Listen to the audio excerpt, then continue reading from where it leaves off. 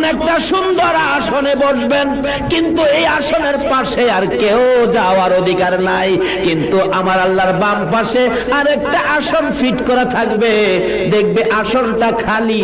সকল নবী রাসূল বলবেন, খোদা গো, আপনার পাশের আসন কার জন্য বসাইছেন? কিন্তু আসন যার জন্য বসাইছেন এই মহামান্য ব্যক্তিটা কোথায়?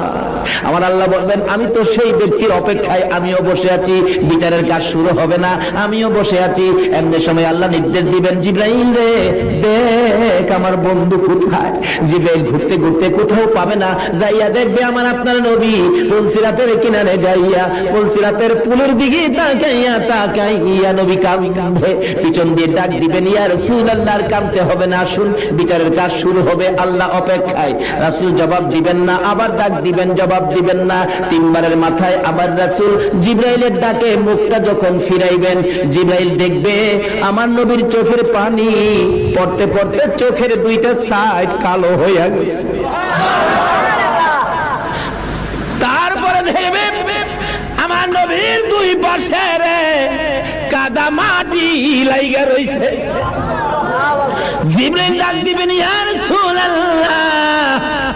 এই ফুলসিরাতের ফুলের পাশে দাঁড়াইয়া কাঁদতেছেন, এত কান্দা আর কাঁদতে হবে না, আসুন।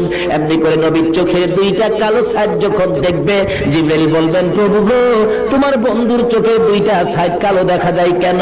আমার আল্লাহ বলবেন, জিবরাইল রে, আমার বন্ধু উম্মতের ব্যথায় কাঁদতে কাঁদতে দুইটা সাইড কালো হইয়া গেছে।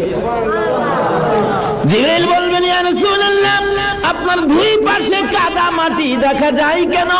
আমার নবী বলবেন, জিবরাইল, আমি মদিনার রওজা পাকে শুয়ে শুয়ে রে আমার উম্মতের জন্য কাঁদতে কাঁদতে মদিনার মাটি কাদা হইয়া আমি নবীর শরীর মুবারকে লাইগা গেছে রে।